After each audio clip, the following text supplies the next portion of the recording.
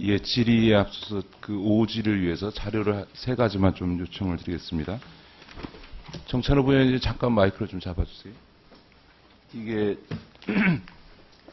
지난번에 캠코 할 때 제가 요청했던 그 정찬호 부위원장이 금융연구원에 있을 때 했던 연구 용역 한국자산관리공사의 기능과 역할 재정립을 위한 미래발전 연구 방안입니다.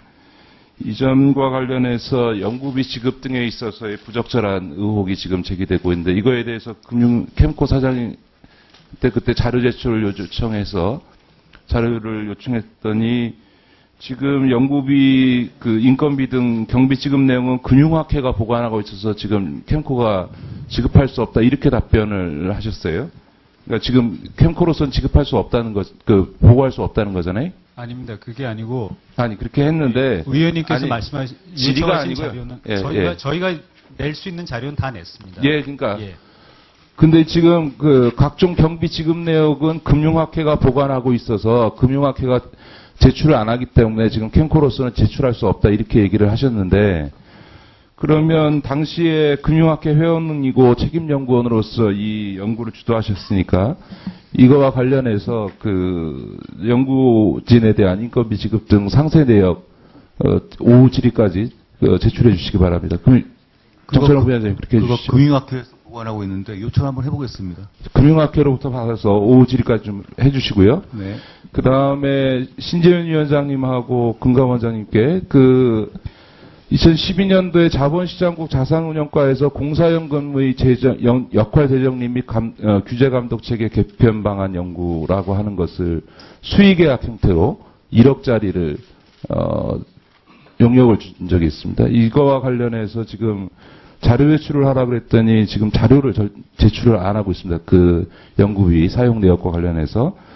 그리고 금감원장님도 지금 거기 금감원에서 연금의 역할 재정립 및 규제 감독 체계 개편이라고 하는 것도 역시 이것도 수의 계약을 하셨는데 이거와 관련해서 선정 과정이나 그 연구 결과 보고서 연구비 증빙 등과 관련된 자료를 내라고 그러는데 지금 자료를 안 내고 있습니다. 이 점 관련해서 오후 질의 때 제가 지금 종합적으로 지금 이 부분 질의를 할 거기 때문에 바로 좀 제출해 주시기 바랍니다. 위원장님하고 원장님 해 주시겠죠? 네. 알아보겠습니다.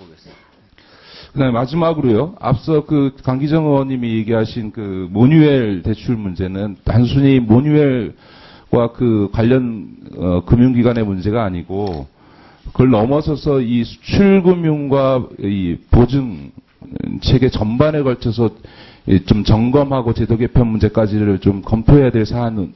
이번을 계기로 해서 그런 점에서 금감원에서 이번 조사의 범위와 대상 그 다음에 투입 인력을 어떻게 설정하고 있는지, 이걸 이제 개별 사건을 넘어서서, 조금 이 수출금융 전반에 대한 점검이 필요할 것 같아서, 이 조사계의 범위를 어떻게 갖고 있는지에 대해서도 오후에 제가, 질의하기 전까지 조금, 조사를 해봐야 내용이 아니고요. 어떻게 조사할 건지에 대해서 저한테, 자료를 제출해 주시기 바랍니다.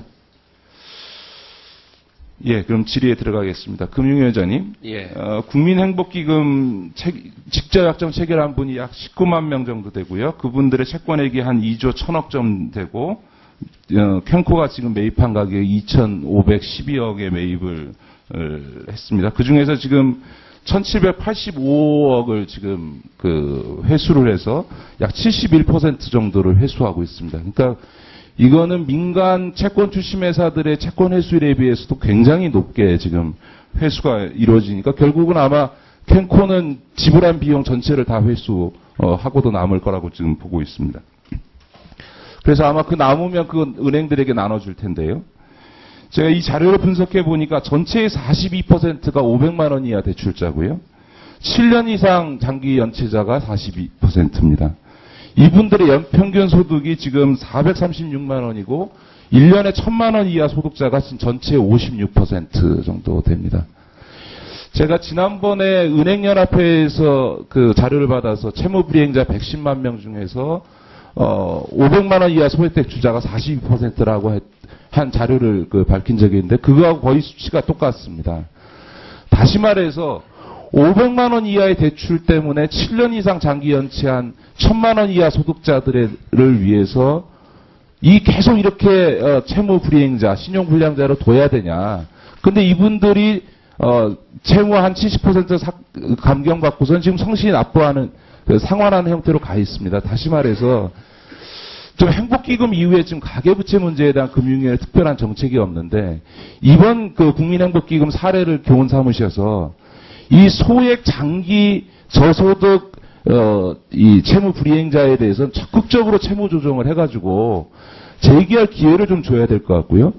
금융위원회에서 파악한 350만 명의 금융채무 불이행자 중에서 114만 명은 지금 상환 능력이 없다 이렇게 지금 금융위원장이 지난번에 말씀하시지 않았습니까?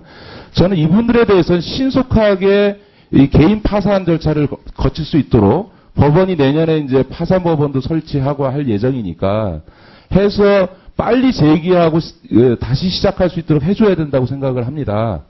그런 점에서 이번 국민행복기금의 사례를 가지고 제2차 이 가계부채 특히 저소득 소액 장기 이 채무 불이행자에 대한 2차 대책을 좀 마련해 주셨으면 하는데 이거에 대해서 금융위원장 어떻게 생각하세요? 예, 의원님 말씀하신 통계 저희가 잘 알고 있고요. 그래서 저희가 이제 서민금융진흥원을 지금 저희가 설립하려고 하는 취지가 바로 거기에 있습니다. 행복기금으로부터 받은 통계로 봤을 때 소액으로 인해서 많은 분들이 추심의 고통을 받고 있다는 것을 알고 있기 때문에 채무 재조정이 굉장히 중요합니다. 근데 채무 재조정을 해주려고 그러면 또 어느 정도의 일정의 그 대출이 좀 나가줘야 되는 부분도 있어서 이러한 걸 원스톱으로 만드는 게 바로 서민금융진흥원이고요. 지금 알겠습니다. 말씀하신 대로 이 개인 그 파산 이런 부분도 저희가 서민금융진흥원이 되면 도저히 안 되는 분들은 파산 절차로 가는 수밖에 없거든요. 예, 알겠습니다. 그럼 잠깐만요. 네. 그래서 실제로 위원장이 보시기에도 단돈 500만 원 이하의 그 대출 때문에 주로 카드나 뭐 이런 부분인데 7년 이상을 계속 채권 추심에 시달리면서 1000만 원 이하 소득자가 고생하는 건 저는 국가가 할 일이 아니라고 생각합니다. 우리가 금융기관 구조조정을 위해서 쓴 돈이 IMF 뒤에 그 150조가 넘고 이번 저축은행에 쓴 돈만 해도 26조가 넘는데 이 부분 얼마 되지도 않는 거에 대해서 적극적인 채무 조정을 통해서 대책을 좀 마련해 주셨으면 좋겠고 이 점에 대해서는 나중에 종합적으로 예, 동의해 주셨으니까 대책을 좀 마련해 주셨으면 좋겠고요. 금감원장님. 네. 이 꺾기 금지돼 있죠. 예. 이른바. 예. 그런데 농협이 지난 7월 25일부터 한국주택금융공사에 금리조정 적격대출 상품을 대출하고 있는데 한 달 만에 3,380억 대 판매를 했습니다. 근데 이 제 분석을 해보니까요. 약 한 3,000건 정도 되는데 그 3,000건 대출 중에서 신용카드가 발급된 경우가 1,000건 정도 되고 주택청약저축 가입이 400건이나 됩니다. 실제로 저희 당의 이 정무위와 관련된 당직자가 이 주택 대출 이걸 하면서 꺾기를 당했습니다. 있을 수 없는 일이죠. 네. 이 점에 대해서는 신속하게 조사하셨으면 해주시겠습니까? 현재 그 농협에서 자체적으로 그 점검지가 있고 그 결과 보고서 저희가 부족한 부분이 있으면 의원님 말씀하신 대로 그 조치를 해가지고 예. 그런데요. 여기 보니까 농협 내부에 예, 마무리해 주시기 바랍니다. 시스템상의 문제가 있습니다. 이분들은 뭐냐면 지금 모범 기준에 따라서 신용등급 7등급 이하에 대해서만 이 대출법인의 이 행위에 대해서 통제를 하고 그 이상에 대해서는 그냥 둔다는 거예요. 그래서 이거 조사하실 때 이 꺾기에 대해서도 조사를 해주시고 그와 관련된 농협의 저희 내부 통제 시스템에 대해서도 점검을 해주셨으면 좋겠고요. 농협 관련 하나 사안 더 해드릴게요. 농협의 지금 대출 모집인제도 모범 기준에 따르면 경영진의 전문성과 윤리성을 갖추도록 되어 있죠. 네, 그렇습니다. 그런데 이 두 개의 대출법인에 지금 9년 동안 그 독점 계약을 맺고 있고 최근 5년 동안에 이들 두 개 대출법인에 중개해 있는 수수료가 1,000억쯤 됩니다. 그런데 이 두 개 모집법인의 최대 주주가 둘 다 공교롭게 2009년도 이후에 횡령과 배임 혐의로 실형을 받았습니다. 알고 계십니까? 예, 얘기 듣습니다. 그런데 그냥 경영진에서 물러나게 한 네, 마무리해 주시기 바랍니다. 에서 물러나게 하는 조치만 하고 있는데 대주주라고 하는 거는 사장이나 회장 자리에서 물러난다고 하더라도 대주주기 때문에 실질적 경영에 관여를 할 수밖에 없는 거 아닙니까? 그런데 지금 대출모집법인은 금융위원회 설치 등에 관한 법률에 따라서 직접 검사 대상이 아니죠. 예.